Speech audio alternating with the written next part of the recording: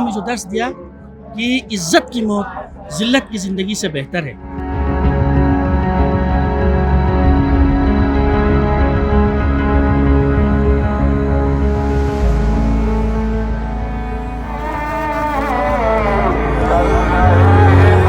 इमाम हुसैन बहुत कुछ सिखा के गए हैं, बस हमें यह है कि हम उसको किस तरीके से लेके चल रहे हैं उनकी चीज़ों को। मौलाना ने मिंबर से बयान दिया है कि ज़्यादा से ज़्यादा बच्चे पैदा करने चाहिए, लेकिन वो मैसेज मर्दों के लिए था, लेकिन क्या औरतों से पूछा जाएगा कि उनको बच्चे करने हैं कि नहीं करने हैं? का नाम है तूफान, मोहम्मद के 63 साल की जिंदगी का नाम है इस्लाम।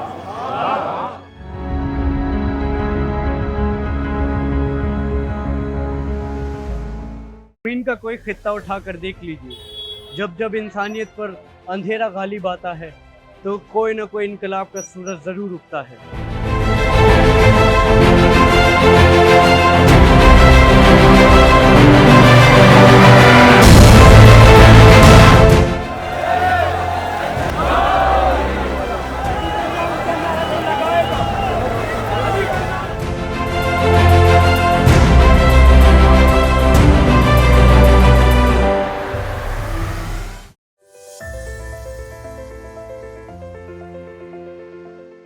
हम आज इन लोगों से बात करेंगे और जानने की कोशिश करेंगे कैसे इमाम हुसैन ने अपनी शहादत देकर इंसानियत को ज़िंदा किया और हमेशा के लिए चमकता हुआ सूरज बन गए। मैं आपसे जानना चाहता हूँ कि इमाम हुसैन की शहादत से क्या इनकलाब आया है यूथ में, जवानों में सोच और फिक्र रही है? मतलब बिस्मिल्लाहिर्रहमानिर्रहीम।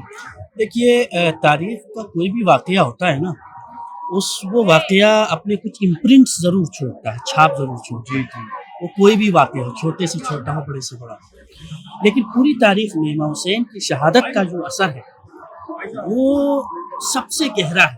जी जी जी, सबसे ज़्यादा देखा गया। वो इस वजह से घूम रही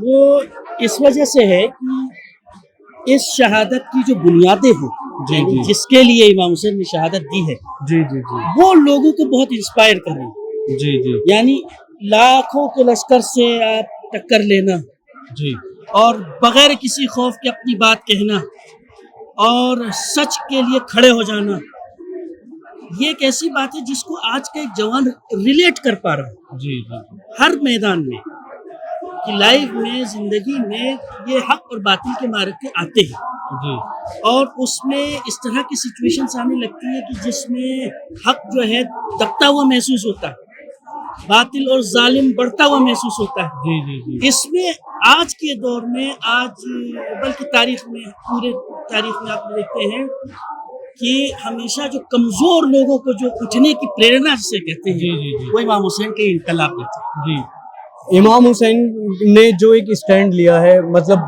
अगर हम वर्ड दूसरा इस्तेमाल करें तो एक बगावत की है यजीद के खिलाफ, अपना स्टैंड लेके कि मैं यजीद के सामने नहीं झुकूंगा। तो एक आम इंसान, चाहे वो गैर शिया हो, चाहे वो मुसलमान हो, कोई भी हो, वो अपनी एक ज़िंदगी में हुसैन को इंस्पिरेशन मान के क्या मतलब अपनी ज़िंदगी को आगे बढ़ा सकता है? इमाम हुसैन की ज़िंदगी के अंदर एक ऐसा बेहतरीन स्लोगन है जो जिसका ताल्लुक हमारे मुल्क की आज़ादी के साथ भी है। जी जी, इमाम हुसैन ने करबला की ज़िंदगी, करबला के इस पूरे सफ़र में एक जो ज़बरदस्त पैगाम दिया, ला अरल मौत इल्ला सआदा वल हयात मअ ज़ालिमीन इल्ला बरमा। इमाम फरमाते हैं कि मेरी नज़र में इन जालिमों के साथ ज़िंदगी गुजारना इससे कई गुना बेहतर है कि मौत को गले लगाना। तो दूसरे लफ्ज़ों में कहा जाए तो इमाम ने करबला में जो दर्स दिया कि इज्जत की मौत जिल्लत की ज़िंदगी से बेहतर है। और ये सबक इतना अहम है, इतना अहम है कि सांसें लेना, जी जी जी, खाना खाना, चलना फिरना, इसका नाम जिंदगी नहीं है। जी जी, अगर डिग्निटी नहीं है, इज्जत नहीं है, तो आपके पास पकवान हो, बिल्डिंगें हो, गाड़ियां हो, सब कुछ हो, इमाम कहते हैं ये कुछ भी बेकार। जी, एक दिन की जिंदगी जियो लेकिन इज्जत के साथ जियो। मौलाना आखिरी सवाल ये है कि हुसैन और हिंदुस्तान, कैसे हुसैनियत हिंदुस्तान के अंदर पनपी? मतलब अगर देखा जाए पूरी दुनिया में जितनी डाइवर्सिटी इंडिया के अंदर है, इतने सारे रिलीजन्स है, फेथ्स हैं, लैंग्वेजेस हैं, कैसे एक्सेप्ट किया हिंदुस्तानियों ने हुसैन को?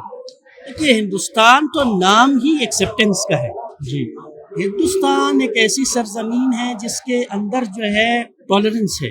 जी हिंदुस्तान एक ऐसी सरजमीन है जहाँ उस सरजमीन के अंदर अंडरस्टैंडिंग पाई जाती है। एक ऐसा कल्चर जो वेलकमिंग कल्चर है यहाँ का। जी जी इसने सबके लिए दरवाजे खुले रखे, जी, जी, जी। सब आए बैठे। जी जी और ख़ास तौर से जब इस सरजमीन पर इमाम हुसैन की नूर की किरणें जब पहुंची, उनकी मोहब्बत, उनके पैगाम की किरणें जब पहुंची, तो लोगों ने उसका इस्तकबाल किया। अब चाहे वो ये हुसैनी ब्राह्मण्स हों, अब चाहे वो सिख हों, अब चाहे वो किसी दीगर मज़हब के हों, अब देखते हैं कि पूरी तारीख में हमारे यहाँ बाकायदा कम्युनिटी पाई जाती है जिसे हुसैनी ब्राह्मण कहते हैं। इस बात का सबूत है कि लोगों के अंदर इस हिंदुस्तानी कल्चर के अंदर जो है एक स्पिरिचुअलिटी की बहुत अहमियत है। नंबर 2, हिंदुस्तान की सरजमीन फलसफा, मंतिक और लॉजिक को मानती है। जी ठीक है, इसका मरकज़ है। और हुसैन से बड़ा फलसफी, हुसैन से बड़ा अजीम मुफक्किर, हुसैन से बड़ा मंतिकी इंसान कोई नहीं। तो इस लिहाज से यहाँ इस सरजमीन ने इस शख्सियत को कबूल किया। जी जैसे हिंदुस्तान में शियाओं की पॉपुलेशन तकरीबन 3 करोड़ के आसपास है। सनातन धर्म में जैसे बाई बर्थ पंडित का बेटा पंडित बनता है, ठीक है, वो कहते हैं कि हमें शास्त्रों का ज्ञान है, तो वो जनरेशन वाइज चलता रहता है। लेकिन इस्लाम के अंदर शिया कम्युनिटी के अंदर अगर किसी को रिलीजियस टीचिंग्स लेनी हो तो उसको पढ़ना पड़ता है, चाहे वो किसी भी जाति से हो या किसी भी समुदाय से हो। हायर एजुकेशन के लिए उनको ईरान इराक जाना पड़ता है। क्या हमारे यहाँ पे इतने रिसोर्सेज नहीं है या सोच नहीं है कि हम वो हायर डिग्रीज इंडिया में ही स्टूडेंट्स को दे सके? नहीं, ऐसा नहीं है। हिंदुस्तान का एक बहुत बड़ा रोल रहा है। आप ये देखिए कि एक टाइम पीरियड रहा है जिसमें हिंदुस्तान ने पूरी दुनिया के शीयत की लीडरशिप का रोल निभाया है, और लखनऊ हमारे पूरे शीयत का मरकज़ रहा है। इसी सरजमीन से तकरीबन 400 मुज्तहिदीन इस सरजमीन पर पैदा हुए हैं। साहिबान रिसाले अमलिया इस सरजमीन में ऐसे गुजरे हैं। ये याद रखें कि शीयत का एक बहुत बड़ा नाम है अल्लामा अमीनी अल-गदीर, उन्होंने किताब लिखी है। उस किताब को लिखने के लिए, उस रिसर्च को कंप्लीट करने के लिए इंडिया आना पड़ा। 6 महीने 9 महीने यहाँ रहे, तब जाके वो कंप्लीट कर पाए। अबकातुल अनवार जैसी किताब यहाँ लिखी गई। तो इसका ये हरगिज नहीं है कि यहाँ पे पोटेंशियल नहीं है, पोटेंशियल है। यहाँ से बड़े बड़े अजीम मुज्तहिद और फुक़हा पैदा हुए। लेकिन ये पार्टीशन के बाद जैसे तमाम हालात बदले और बहुत सारे मसाइल खड़े हो गए, उसके बाद से यहाँ के मदारिस में थोड़ी सी तब्दीली आई माहौल की वजह से। और दूसरी बात ये है कि अब ईरान ने इस सिलसिले में, ईरान और इराक़ में जो है, चूँकि वहाँ इस्तेहकाम आ गया, इनकलाब आ गया, हुकूमतें थोड़ी मुस्तहकम हो गई, वहाँ फैसिलिटीज़ ज़्यादा होने लगी। और चूँकि इसके लिए एक माहौल चाहिए होता है, वो माहौल अभी ईरान और इराक़ में है, इस वजह से वहाँ जाते हैं। अदरवाइज़ ऐसा बिल्कुल भी नहीं है कि हिंदुस्तान में ऐसा नहीं हो सकता है। हिंदुस्तान ने करके दिखाया, पूरी शीयत की सरबराही करके दिखाया। हमारे साथ जावेद जैदी शानू साहब हैं, हम उनसे बात करेंगे। इमाम हुसैन की शहादत से लोगों पर, चाहे वो किसी भी फ़िरके के लोग हों, कम्युनिटी के लोग हों, अलग अलग रिलीजन के लोग हों, क्या इंस्पिरेशन मिलती है उन लोगों को? इमाम हुसैन की आवाज़ ये इंसानियत की आवाज़ है। किसी मज़हब, कोई धर्म, कोई कुछ भी हो, लेकिन ये एहसान है हर धर्म पे, हर मज़हब पे, पूरी आवाम के ऊपर और कायनात में जहाँ जहाँ भी इंसान रहते हैं उन पे ये एहसान है हज़रत इमाम हुसैन का कि उन्होंने इंसानियत को ज़िंदा किया है। और इनका एक ही पैगाम है, जियो और जीने दो। जैसे यजीद ने जब इमाम हुसैन को प्रस्ताव भेजा कि मेरी बैत करो, इमाम हुसैन ने कहा कि मुझ जैसा तुझ जैसे की बैत नहीं कर सकता। इमाम ने बगावत की। आज के आम इंसान की ज़िंदगी में अपने हक के लिए खड़ा होना, बगावत करना जुल्म के खिलाफ कितना ज़रूरी है उसकी ज़िंदगी के लिए? उनका मैसेज यही है कि गलत बात के लिए इनकार करो, और क़यामत तक जो सही लोग आते रहेंगे, वो ये जो सही लोग होंगे वो गलत बात के लिए इनकार ही करते रहेंगे। ये इनकार हमेशा ता क़यामत जिंदा रहेगा, जो हज़रत इमाम हुसैन का इनकार है। हर अच्छा आदमी बुरे आदमी का इनकार करेगा, और यही मैसेज है इमाम हुसैन का, यही उनका पैगाम है। शिया कम्युनिटी में देखा जाए तो आज़ादारी के साथ साथ, नमाजों के साथ साथ, क्या हमें एक इदारा ऐसा भी बनाना चाहिए कि जो शीयत के हुकूक के लिए पाबंदी से लड़ सके, खड़ा हो सके? हाँ, बिल्कुल बिल्कुल बिल्कुल होना चाहिए, बिल्कुल होना चाहिए। ऐसा इदारा होना चाहिए जो हर मामलात पे जो नौजवान हैं, जो स्टूडेंट हैं और जो भी मसाइल हैं और लेडीज़ के जो हकूक़ हैं और आवाम के जो हकूक़ हैं उन पे सही काम करे, और ये इदारा होना चाहिए, ज़रूरी है। हिंदुस्तान में एक दौर वो था कि बड़े बड़े उलेमा, आलिम दीन मौजूद थे, लेकिन आज के नौजवानों को ईरान इराक जाना पड़ता है हायर एजुकेशन के लिए। तो क्या यहाँ पर इतने रिसोर्सेज नहीं है, पैसा नहीं है, या लोगों की नीयत नहीं है कि उन बच्चों को तालीम जिनसे वो दीनी तालीम हासिल कर सके वो यहीं रह के की जा सके? नहीं, यहाँ रह के की जाती है और की जा रही है। बड़े बड़े मदरसे हैं और उस पर काम कर रहे हैं, लेकिन ये कि जो बाहर जाना था, जो पहले उलेमा थे वो भी ईरान इराक जाते थे। जो भी आप देखेंगे बड़े से बड़े जो अब नहीं है इस दुनिया में, उनका अगर उनकी औलादे हैं और वो भी मौलवी हैं, लेकिन ये कि वहाँ जाना, वहाँ से जो लेते थे मजहबी तालीम, वो आज भी ली जाती है और उस जमाने के भी वहीं से लेके आते थे। और हिंदुस्तान में ऐसे आलिम हुए हैं जिनकी किताबें वहाँ पढ़ाई जाती हैं, जी, जिनकी किताबें ईरान में पढ़ाई जाती हैं आज भी, और वो लखनऊ के लोग हैं। जी।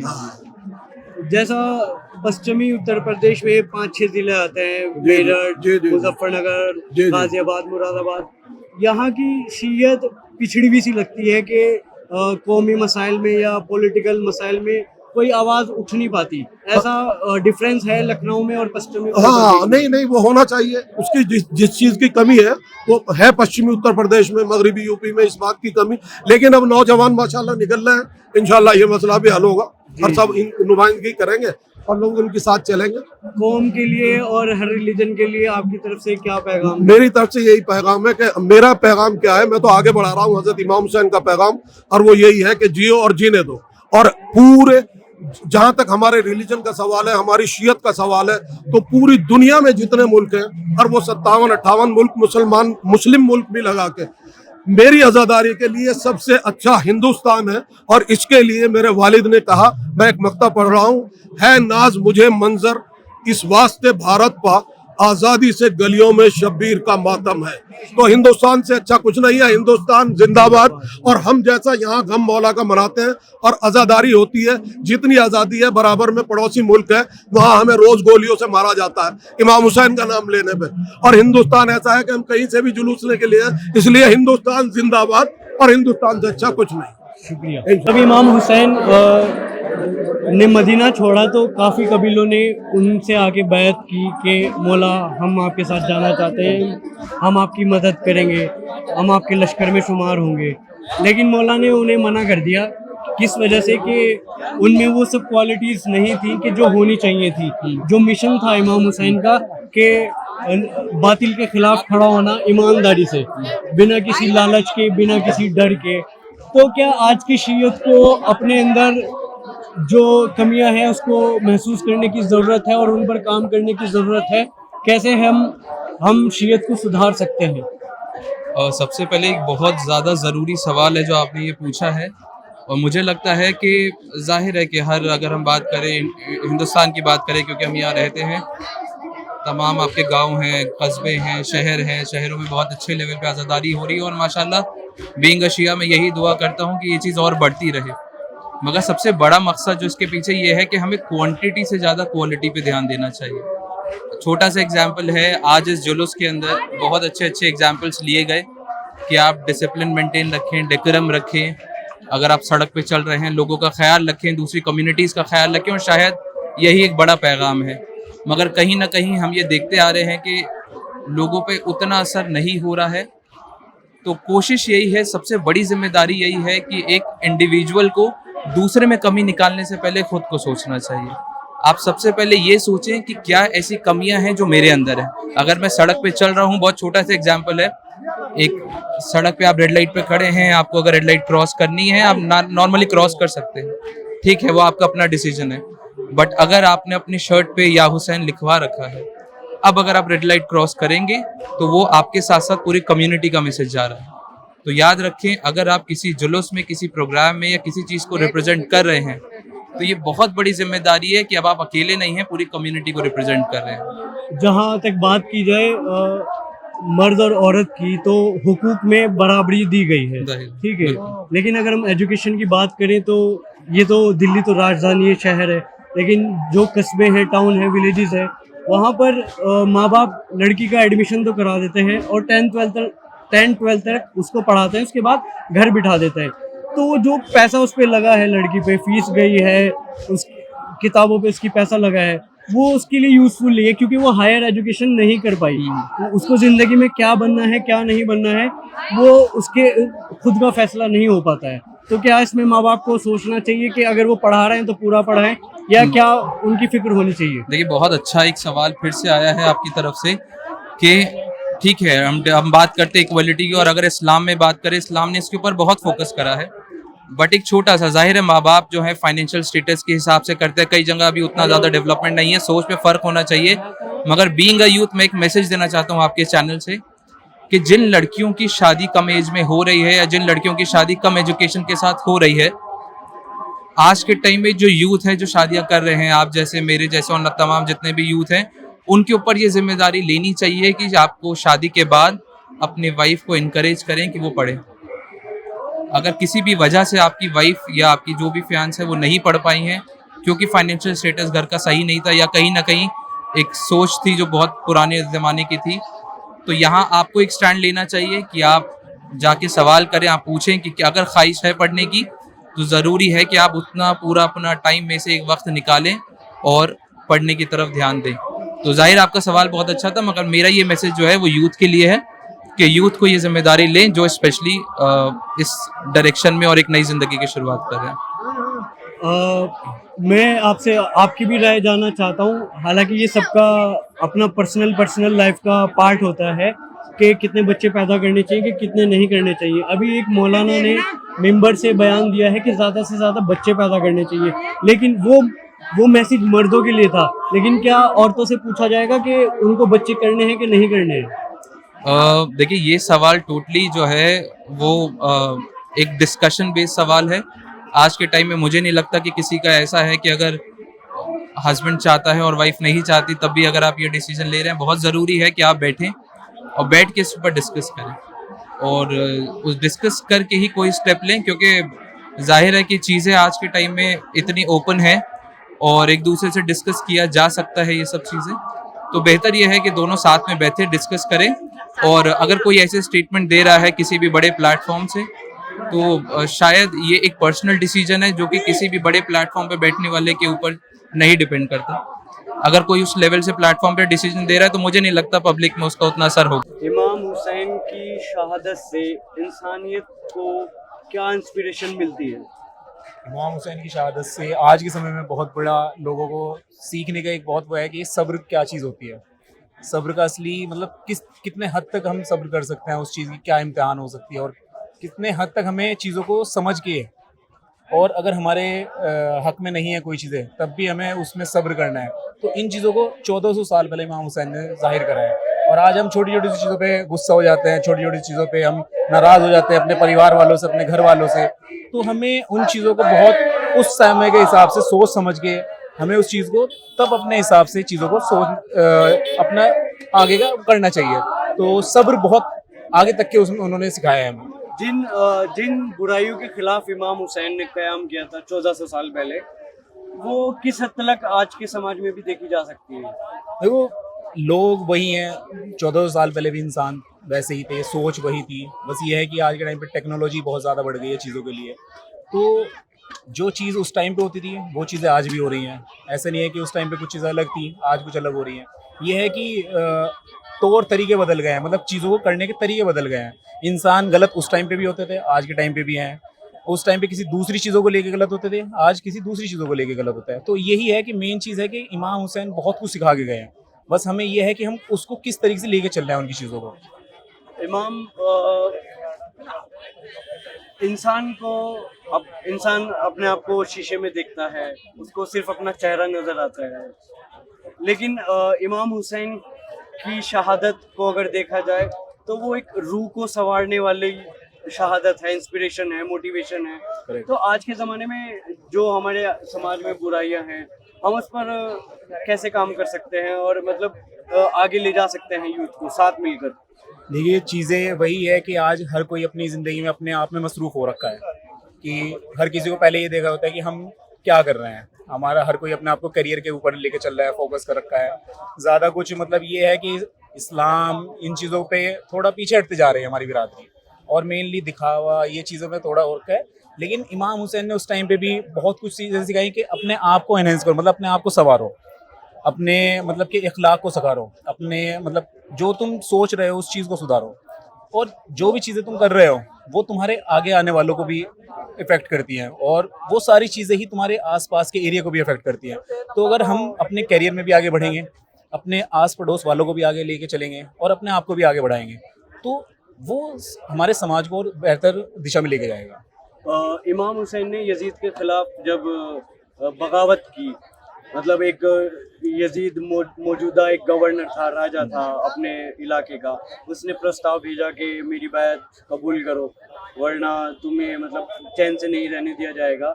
इमाम हुसैन चाहते तो उसको एक्सेप्ट भी कर सकते थे और आराम से अपनी ज़िंदगी बिताते, लेकिन जो उसूल और प्रिंसिपल थे इस्लाम के, प्रॉफेट मोहम्मद ने जो इस्लाम फैलाया था, वो ज़मीर की आवाज़ को हुसैन ने रुकने नहीं दिया।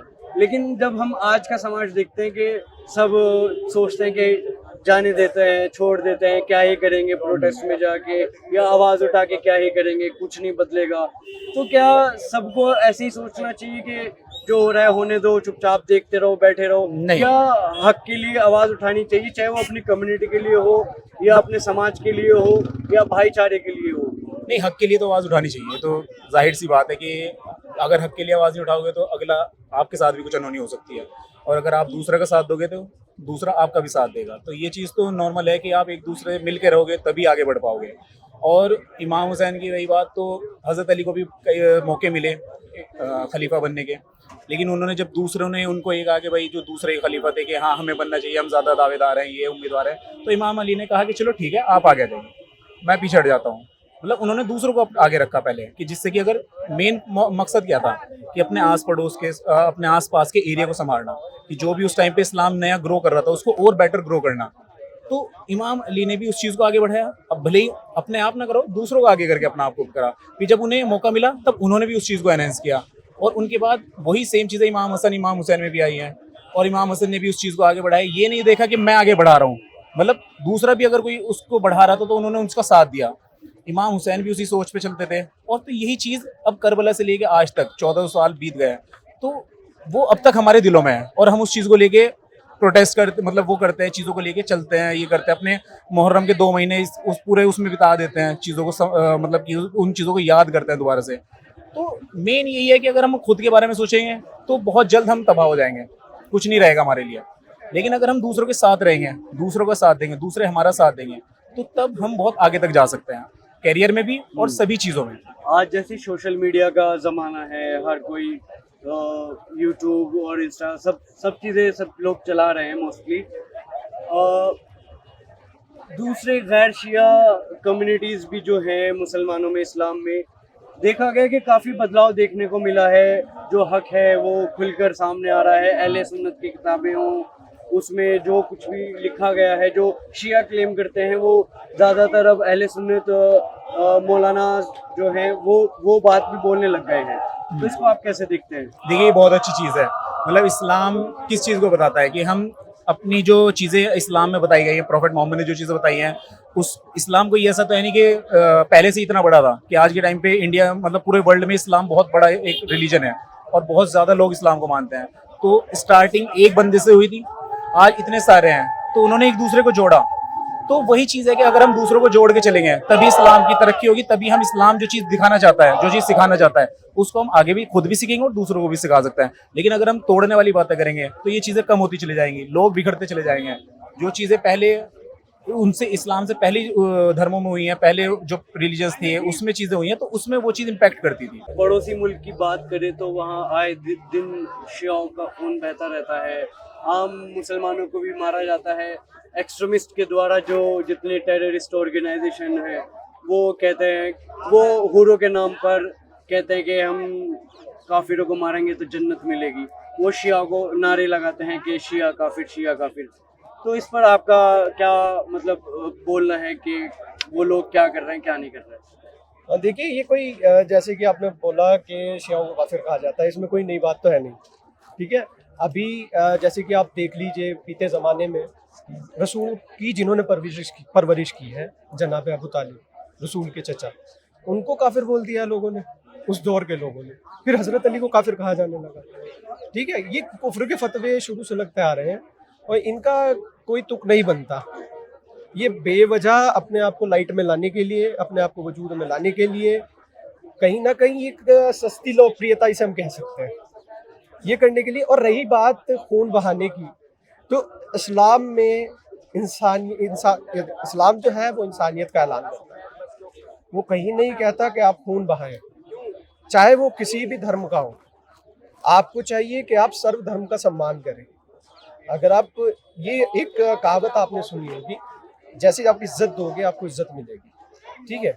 अगर मैं बात करूं शिया कम्युनिटी की, तो तकरीबन 3 करोड़ शिया इंडिया में है, लेकिन वो रीजन के हिसाब से, जैसे साउथ रीजन हो गया या वेस्ट रीजन हो गया, तो वो बटे हुए हैं, जैसे सब इंडियंस बटे हुए हैं।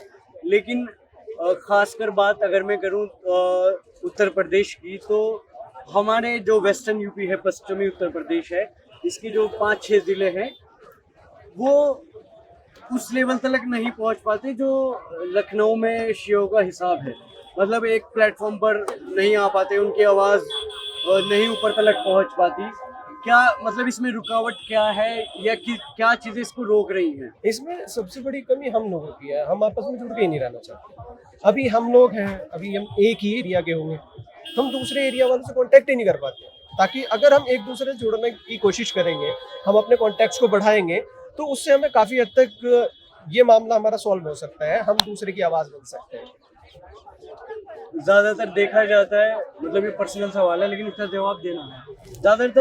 ज़्यादातर मैंने देखा है गाँवों में जहाँ 10-10, 15-15 घर मुसलमानों के हैं, वहाँ पे भी 2-2, 3-3 ग्रुप देखने को मिलते हैं। वो अल्लाह का नाम लेते हैं कि हम अल्लाह के मानने वाले हैं या प्रोफेट के मानने वाले हैं या इमाम हुसैन के मानने वाले हैं, लेकिन वो आपस में ही उनका कोई कनेक्शन नहीं रहता। 10-10 घर में ये है, तो उनकी जो जहनियत है अल्लाह को, मतलब तौहीद को जो फॉलो कर रहे हैं, अल्लाह को जो फॉलो कर रहे हैं, तो वो सच्ची है कि झूठी है? फिर देखिए क्या होता है कि हमने इस्लाम अपनी तरह से फॉलो करना स्टार्ट कर दिया, कि जहाँ हमें लगा कि हमारे लिए ठीक है वहाँ से हमने अडॉप्ट कर लिया, और जो चीज़ हमारे खिलाफ जा रही है वहाँ से हमने कटना स्टार्ट कर दिया। अगर दूसरा आदमी वो चीज़ कर रहा है जो हमारे खिलाफ है लेकिन इस्लाम में सही है, तो हम उससे दूर हो जाएंगे। तो आप क्या मैसेज देना चाहेंगे ऐसे लोगों को जो बिल्कुल मतलब सोच दूसरे को बर्दाश्त ही नहीं करते और फिर कहते हैं कि हम बहुत बड़े मतलब हुसैनी हैं या मौला के चाहने वाले हैं? हुसैनियत का मतलब ही इत्तेहाद है, हुसैनियत का असल मतलब ही इत्तेहाद है। अगर हम सब लोगों को साथ लेके चलेंगे, या किसी को अगर हमें कुछ चीज़ मिल रही है, कोई अपॉर्चुनिटी मिल रही है और कोई दूसरा बोलता है कि मैं इसके लिए हूँ, तो हम उसे मौका देंगे, तभी हम लोग साथ मिलके चल सकते हैं। अभी ये है कि मैं अगर किसी मनसब पे फायज हूँ, किसी अंजुमन का सदर हूँ या किसी इमाम बारगाह का मुतवल्ली हूँ, मैं एक मिसाल के तौर पे आपके सामने पेश कर रहा हूँ कि अगर वो किसी का मुतवल्ली, तो वो चाहेगा कि मेरा बेटा ही बने, ठीक है। और ये जो है जैसे नेपोटिज्म या कुछ भी हम इसे बोल सकते हैं, भाई भतीजावाद, तो ये चीज़ें यानी जो कैंडिडेट सही है, जो ईमानदार है, अगर हम उसे आगे लाएं तो ये चीज़ें ख़त्म हो सकती हैं। लेकिन अगर भाई भतीजावाद चलता रहा तो ये चीज़ें कभी ख़त्म नहीं होंगी। फिर आपसे सवाल ये है कि ज़मीर साहब ने एक बयान ये भी दिया था कि 50 साल पहले तक आसानी से शियत की पहचान नहीं होती थी, तो आपका इसके ऊपर क्या मतलब सोचना है? देखिए ये तो बिल्कुल मौलाना का अपना बयान हो सकता है, मौलाना का अपना बयान हो सकता है कि 50 साल पहले, क्योंकि देखिए इमाम हुसैन की जो आज़ादारी है वो पूरी दुनिया में जभी से हो रही है जब से इमाम हुसैन शहीद किए गए हैं। क्योंकि जनाब ज़ैनब ने जो पैगाम अपना शाम में और यजीद के दरबार में जो दिए हैं, उसके बाद आज़ादारी शुरू हो गई थी। उसके बाद से लेके अब तक वो हम आज़ादारी कर रहे हैं और आज़ादारी हमारी ज़िंदगी है, हमारा मतलब हमारे दिमागों का सुकून है। हम अगर आज़ादारी नहीं करेंगे तो वाकई में जो लोग आप देख रहे हैं कि दूसरे लोग डिप्रेशन में आ रहे हैं कि कुछ हो रहा है, वो हमारे यहाँ भी यही होता। मगर हमें एक ऐसा जरिया मिला हुआ है इमाम हुसैन का कि हमारी ज़िंदगी को हर रिश्ते का उनका सवाल बता रहा हूँ, अभी वहीं आ रहा हूँ तो उसके लिए जो है ना बिल्कुल वो था। मगर हिंदुस्तान में क्या और कहीं भी क्या, इस वक्त उनका जो होगा वो ईरान से होगा, कि ईरान ने जो इस वक्त ईरान ने वाकई में जो इस वक्त खामनेई साहब ने जो किया है वो उसको पॉइंट आउट कर रहे होंगे कि खामनेई करबला के बाद जो दूसरा, यानी वो कहना चाहिए कि शियत को पहचानवाया है, तो वो रहबर हमारे जो रहबर हैं खामनेई साहब, उन्होंने ईरान का ये जो इस वक्त अमेरिका के ऊपर हमला करके और ये सब चीज़ें करके जुमे की नमाज पढ़ा के और अपनी मरजैयत का जो उन्होंने लोहा मनवाया है पूरी दुनिया में, क्योंकि इसके ऊपर अमेरिका और इसराइल बहुत फंड करता है कि किसी तरीके से मरजैयत को ख़त्म कर दिया जाए। तो वो उन्होंने इस पॉइंट ऑफ व्यू से कहा होगा कि वो ईरान ने जो इस वक्त शियत के लिए काम किया है ना, वो मेरे ख्याल में पिछले 50 साल या 100 साल में भी नहीं हुआ। एक दौर हिंदुस्तान में ये था कि अहले तशय्युं में जो मुजाहिद और बड़े बड़े उलेमा थे वो सब हिंदुस्तान की ही देन थी। आज हायर एजुकेशन के लिए, इस्लामिक हायर एजुकेशन के लिए बच्चों को, लड़कों को ईरान इराक जाना पड़ता है। क्या हमारे पास रिसोर्सेज की कमी है या नीयत नहीं है कि हम वो सिस्टम यहाँ पर एस्टेब्लिश कर सके? देखिए, पहले हमारे यहाँ के जो आलिम दीन थे बहुत पाए के थे, अब उनके बाद उनके जानशीन जो है सही करके हमारे यहाँ नहीं हो पाए जैसे होने चाहिए थे। अगर वो यहाँ होते तो जो पहले लोग यहाँ पर पढ़ने आते थे तो वो यहाँ पढ़ते, मगर अब जो है वो थोड़ा सा, क्योंकि हर वक्त ये ग्लोबल है और दुनिया घूमती रहती है, कभी यहाँ पे था, आज ईरान और इराक में हमारे जो मरजैयत है वहाँ पर है, वहाँ पर हमारे मरजा तकलीद एक नहीं है, कम से कम 15-16 लोग ऐसे हैं जो खामनेई साहब के और सिस्तानी साहब के नीचे हैं, मगर वो अपना अपना जो है उसके लिए वो कर रहे हैं। तकलीद जो है उनकी भी लोग करते हैं। नजफी साहब हैं जो पाकिस्तान से हैं, सिर्फ एक वाहिद शख्स ऐसे हैं जो उर्दू भाषी, वो हमारे एक मरजा तकलीद हैं, बशीर नजफी साहब। तो वो एक अलग ऐसी कंडीशन, एक आदमी है जो उर्दू बोलते हैं, बाकी सारे जो हैं वो ईरान इराक के ही हैं। तो आपको ये भी लगता है कि लैंग्वेज मतलब जैसे वहाँ पर फारसी और देखिए बहुत ज्यादा डिफरेंस आता है, बहुत फर्क आता है। हम लोग अगर तो उसमें मतलब आप एक सेकंड के लिए मैं रोकता हूँ आपको, मैं ये समझना चाहता हूँ कि अगर वहाँ से कोई बयान आया और वो यहाँ आते आते उर्दू तलक चेंज होता है या जो उन्होंने कहा है वही रहता है? देखिए, मैं बहुत साफ कहने वाला हूँ, इसमें बहुत हद तक लोग चाप जाती हैं बातें, जो वहाँ से आता है ना फतवा। अगर वो अभी जैसे ईद का आया था तो वो अभी तक क्लियर ही नहीं है, और 2 ईदें हो गई थी हमारे यहाँ, सिस्तानी साहब वालों ने एक दिन बाद में बनाई और खामनेई साहब वालों ने एक दिन पहले। तो ये हमारे यहाँ के जो हमारे वहाँ के उनके जो यहाँ पर जो उनके वकील हैं, ये उन लोगों की जिम्मेदारी है कि देखिए ये तो बहुत ऊपर का मामला, हम तो आलिम दीन भी नहीं है, हम तो एक नॉर्मल आदमी जैसे आप ऐसी मैं। तो ये जो चीज़ है ये हमारे जो उनके जो यहाँ पर वकील हैं, जैसे बॉम्बे में है उनके यहाँ आबदी साहब, और ये लखनऊ में अभी एक और बन के आए उनके ही सिस्तानी साहब के, और ईरान कल्चर हाउस तो पूरा आपको मालूम है कि वहाँ पे तो जो भी वहाँ के फतवे आते हैं उसको कहीं ना कहीं जो कुछ यहाँ के लोगों के आवाम के फ़ायदे में होता उसको प्रेजेंट किया जाता, बाकी बात को जो है पूरा मेरे ख्याल में नहीं बताया जाता। आपसे जानना चाहता हूँ, इमाम हुसैन की शहादत से आपकी ज़िंदगी पर क्या असर पड़ा है? देखिए, मैं आपके चैनल के माध्यम से बताना चाहता हूँ, इमाम हुसैन सलाम की जो कुर्बानी थी वो एक मज़हब, एक फ़िरके के लिए नहीं थी, वो इंसानियत के लिए कुर्बानी थी, और वो कुर्बानी इतनी अजीम बन गई। आने वाले वक्त में सबसे बड़ा जो आज के टाइम में जो इंसानियत का पैगाम है, इमाम हुसैन से बड़ा कोई पैगाम नहीं है। और आज के टाइम में जो हमारे अंदर रिश्तों की जो अहमियत मालूम है, बहन को बहन कहते हैं, माँ को माँ कहते हैं, और वाइफ को वाइफ कहते हैं, तो ये सिर्फ देन इमाम हुसैन सलाम की नहीं, तो कोई रिश्ता ऐसा नहीं बचता जो पामाल न किया जाता। शहादत इमाम हुसैन सलाम से पहले जो कुरूतियाँ इस्लाम के अंदर फैलाई गई थी, उन कुरूतियों के खिलाफ एक प्रोटेस्ट था इमाम हुसैन सलाम का। उन्होंने उसके हाथ पे अपना सरेंडर न करके, यजीद नामी जो आतंकवादी हुआ उस वक्त का, उन्होंने अपने छोटे छोटे बच्चों को कुर्बान कराना मंजूर समझा, लेकिन इंसानियत को जिंदा रखने के लिए अपनी कुर्बानी को दिया इमाम हुसैन सलाम ने। मैं आपसे ये भी जानना चाहता हूँ कि एक आम इंसान के अंदर, चाहे वो किसी भी फिरके का हो, किसी भी रिलीजन को मानता हो, उसके अंदर बगावती तेवर होना, क्योंकि इमाम हुसैन ने यजीद के खिलाफ आवाज़ उठाई थी। ये यजीद राजा था, वो अपनी सत्ता थोपना चाहता था इमाम हुसैन के ऊपर कि मेरी बैअत करो वरना तुम्हें जीने का हक नहीं है, मैं तुम्हें चैन से नहीं रहने दूंगा। तो एक आम इंसान के अंदर मतलब बगावती तेवर, अपने हक के लिए स्टैंड लेना कितना ज़रूरी है? देखिए, इमाम हुसैन सलाम का फरमान है कि रोज़ाना मरने से बेहतर है एक दिन मर जाओ, और रोजाना कुड़ने जैसी जिंदगी से बेहतर है अपनी कुर्बानी दे दो। अगर जो आपके ये कुर्बान होने से समाज का भला होता है तो अपने आप को कुर्बान कर दो। कुर्बानी का मतलब ये नहीं कि आप ज़बा हो जाओ, जाके उस जुल्म के खिलाफ आप अपनी आवाज को बुलंद करो जो इस संसार के अंदर फैलाई जा रही है। और इसी की चीज को देखते हुए इमाम सलाम का जो पैगाम है, 1400 साल से ये लोग आज तक जो प्रोटेस्ट कर रहे हैं, ये उस जुल्म के खिलाफ है जो करबला के मैदान में 1400 साल पहले ढाया गया था। इमाम हुसैन सलाम के ऊपर जो नाती होते थे इमाम पैगम्बर इस्लाम जनाब हम इंसान की ज़िंदगी में बगावत के तेवर होना, मतलब जैसे यजीद राजा बन चुका था उस दौर का, उसने इमाम हुसैन को प्रस्ताव भेजा कि आप मेरी हुकूमत को कबूल करें, अगर आपने नहीं करी तो मैं फिर आपको चैन से रहने नहीं दूंगा। तो उस पर इमाम हुसैन ने कहा कि मुझ जैसा तेरे जैसे की बैत नहीं कर सकता। तो क्या एक आम इंसान की ज़िंदगी में भी ऐसे तेवर होने चाहिए बगावत के, वो अपने लिए स्टैंड ले सके, बिल्कुल, अपने घर वालों के लिए स्टैंड ले सके?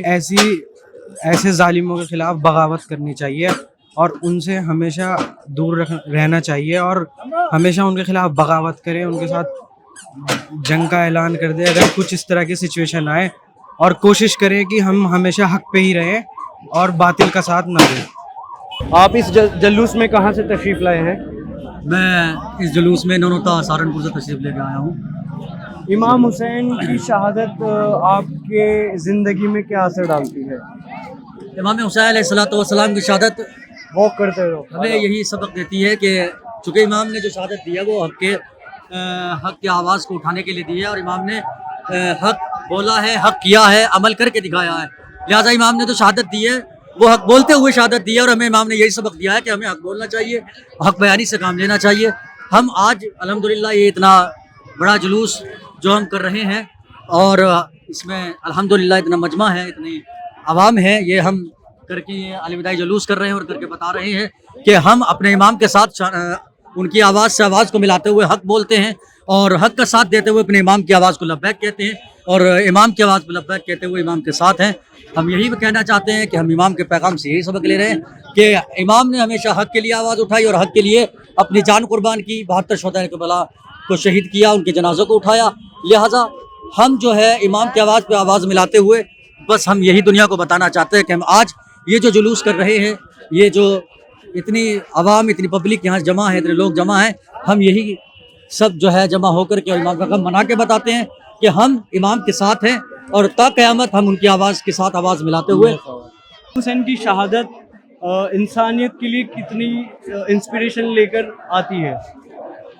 इमाम हुसैन की शहादत बदलाती है कि जब इमाम हुसैन पर गलबा फौज का हो रहा था, उर्दू का गलबा हो रहा था, तो उधर से जिन भी चले आए, लेकिन इमाम हुसैन ने ये कहा कि मुझे ना किसी जिन की मदद चाहिए, ना किसी रसूल की मदद चाहिए, ना किसी नबी से मदद चाहिए, ना किसी अंबिया की मदद चाहिए, मुझे मेरा खुदा ही मदद देगा।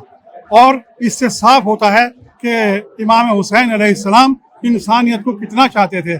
अगर इस इमाम हुसैन अलैहिस्सलाम जाफरी जिनको इजाज़त दे देते तो करबला का नक्शा ही कुछ और होता, या हज़रत अब्बास को इजाज़त मिल गई होती तो करबला का नक्शा कुछ और होता।